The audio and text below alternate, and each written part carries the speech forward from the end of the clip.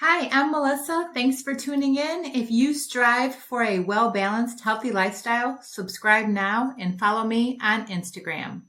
Hi, today I'm going to talk to you about weight stalls and weight regain after having weight loss surgery.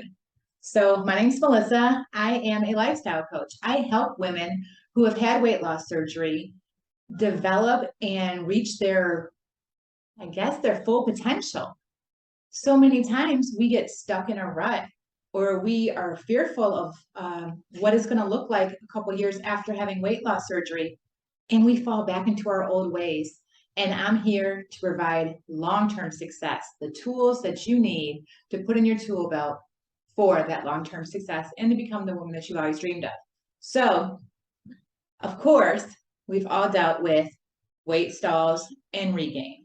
That's just part of the journey. Um, so I had surgery, I had VSG surgery 11 years ago. And the first month, I didn't lose a pound. I couldn't believe it. I'm like, he didn't even do the surgery for real. And I soon learned that my body was in starvation mode. So it was holding on to everything it had because I wasn't feeding it. At least I wasn't feeding it how it was used to being fed. So I had a real quick dose of what a stall looks like, and I didn't like it.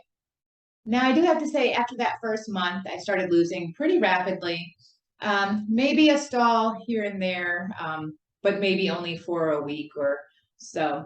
I think the trick to not getting frustrated with stalls is to not weigh yourself every day.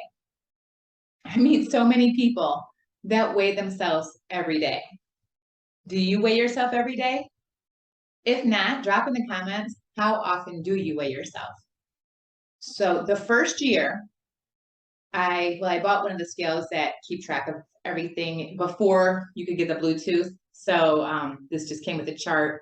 And so for the first year, I tracked weekly my weight loss, my fat percentage, and my water weight. So actually, water percentage. And so it's through that first year, once a week, same time, same day, I would weigh myself and I would chart. Now, I'd recommend the Renfo scale. You can connect it to your Bluetooth and it tracks it for you. The water percentage is super important because we are so likely to get dehydrated, and knowing that you have a decent percentage will help you to stay proactive. I usually stay around 49, 48%. Ideally, 51 is when I feel at my best, but that's a lot of water, y'all.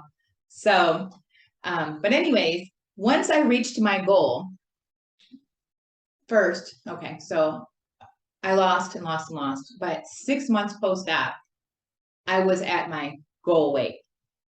But my goal weight wasn't where my body wanted to be. I was actually supposed to be thinner than what my goal weight was. So I kept losing. And at 9 months, I reached my smallest, lightest weight.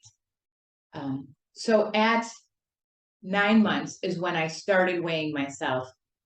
No, I think for the first year I did weigh myself every week. But at 12 months, I started weighing myself every month. And I think that's what's important. When you reach a number that you're satisfied with. So I could have started weighing myself 1 month, once a month when I reached my goal. But I didn't because the paper that came with the scale was once a week. So I just followed that.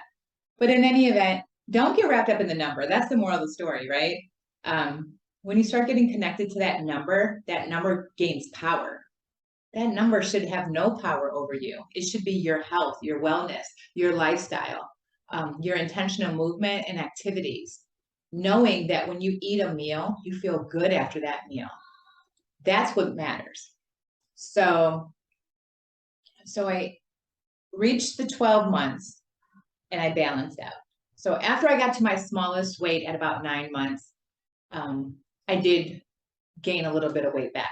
So if you think about it, your body is in motion, right? So it has momentum. You're losing weight, you're losing weight, you're losing weight.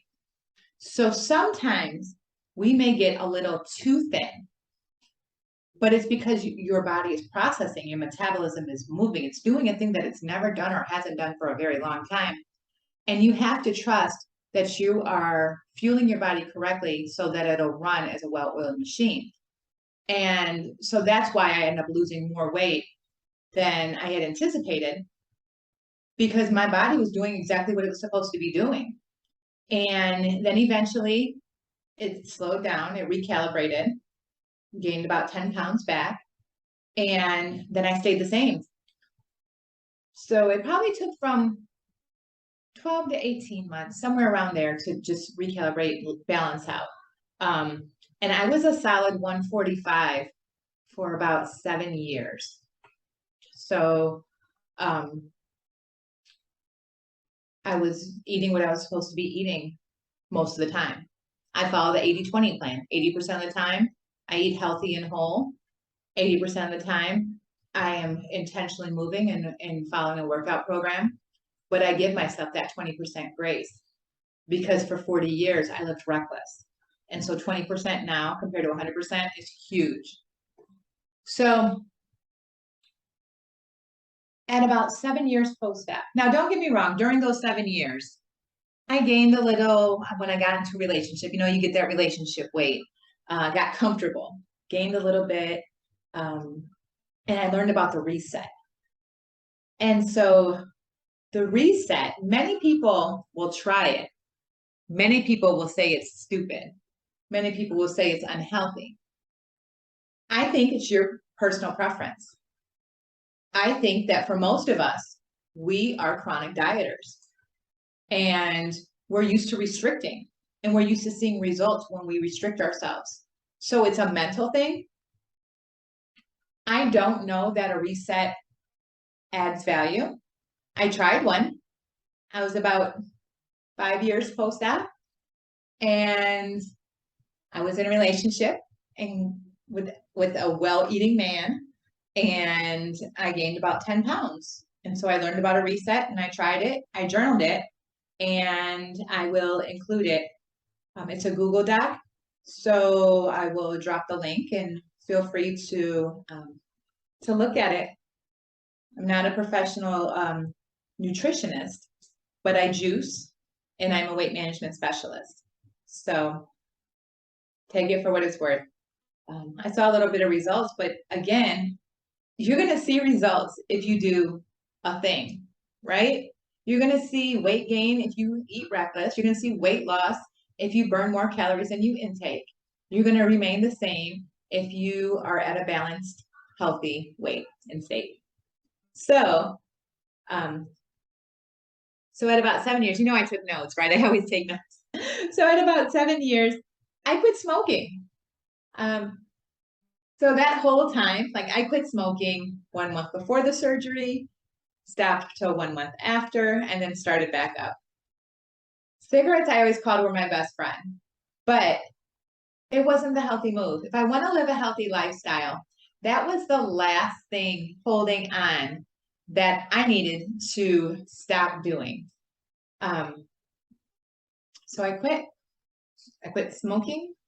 I did a career change. I became a caretaker. I became a grandmother, all at one time.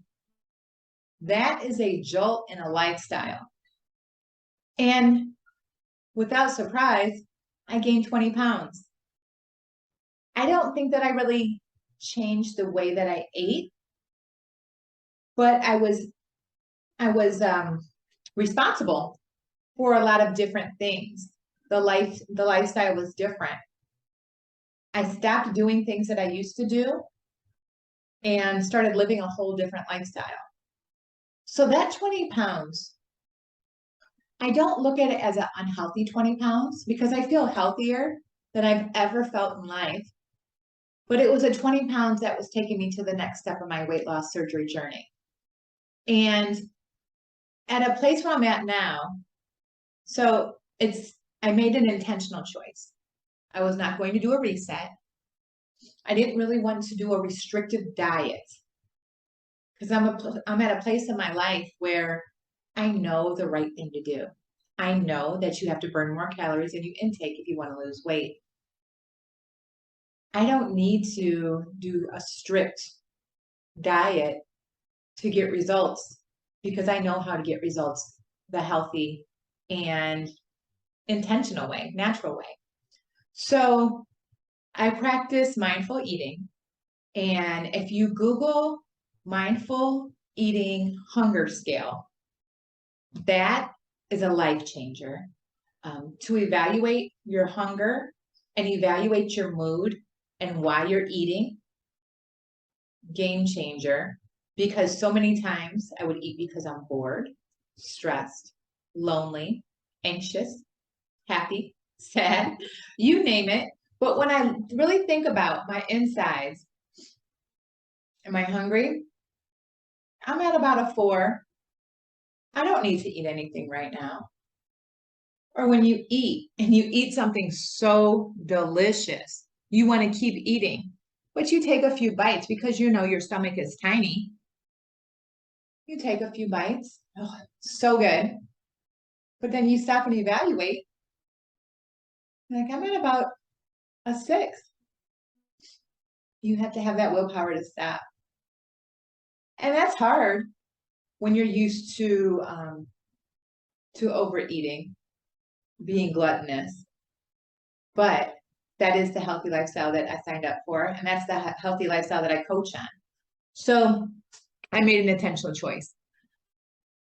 After I gained the 20 pounds, well, it took me about 6 to 8 months, maybe a year. So we'll say at 8 years. At 8 years post-op, I noticed the weight gain. I didn't know if I was spreading because of age or because our bodies change, right? So we may weigh the same, but our body may fit clothes different. So I didn't know if that was happening, but then I tracked, by then I had the scale. So I looked, I'm like, oh, I've been the same weight for a year. And so I just started taking healthy steps. So again, I know the right things to do. So I became a personal trainer. That's when I became a weight management specialist. That's when I became a coach. I intentionally got into the health and wellness field because I needed that accountability. I couldn't surround myself with babies and elderly and expect to have the healthy life that I want. That just doesn't work for me. I need to be in that atmosphere. I need to be in the environment. If you're an alcoholic, don't hang out at the bar. If you're a drug addict, don't hang out at the trap house. And if you're addicted to food, don't hang out at the all-you-can-eat buffet. So if you want to maintain a healthy lifestyle, you need to surround yourself with a healthy lifestyle. And that's what I did. I created the total package transformation. So I did a lot of working on my business. I did business coaching. I did studying. I studied the John Maxwell Leadership Program. I became a stretch therapist. I became a personal trainer and started teaching classes at my local Y. I became certified in Revelation Wellness. So I became a fitness teacher, gospel preacher. That is that lifestyle that I needed to surround myself with. So while I haven't lost that 20 pounds that I gained back between the 7th and 8th year post-op, I'm good. I am good. I think that you should know your plan and follow your plan. But what your plan is, that's about you and what you need, what your team around you has declared that you need and that you're in agreement with. So while I am up 20 pounds, I'm still down 80 pounds. And I call that a win for being 11 years post-op. So the stalls are normal. What do you do for stalls? So you might want to increase your water intake. You might want to increase your activity. You might want to increase your protein. You might want to decrease your carbs. Whatever you try is just changing your system up, surprising yourself, if you will. You can always reach out to your surgery team, your nutritionist, and see what they recommend for you. When all else fails, I just say increase your movement, right? Because that way you know at least that you're burning more calories. So, but remember that stall could be because your body is fighting you and saying, hey, I'm not getting enough nutrients. So that's why I say include nutritionist in your struggle. So the regain. The regain is when you really need the accountability. So what are you going to do? course, you can hire me. I'll be your coach, right? I create a plan based on your whole life and meet you right where you're at and walk alongside you for a year and get you to where you want to be in a healthy lifestyle. Um, I think that if you just want some small steps, some next steps, you should schedule a call with me. I would love to talk with you about what some next steps look like for you. So that is my weight, stall, and regain version for you. And if you have any questions, reach out and best wishes. Bye.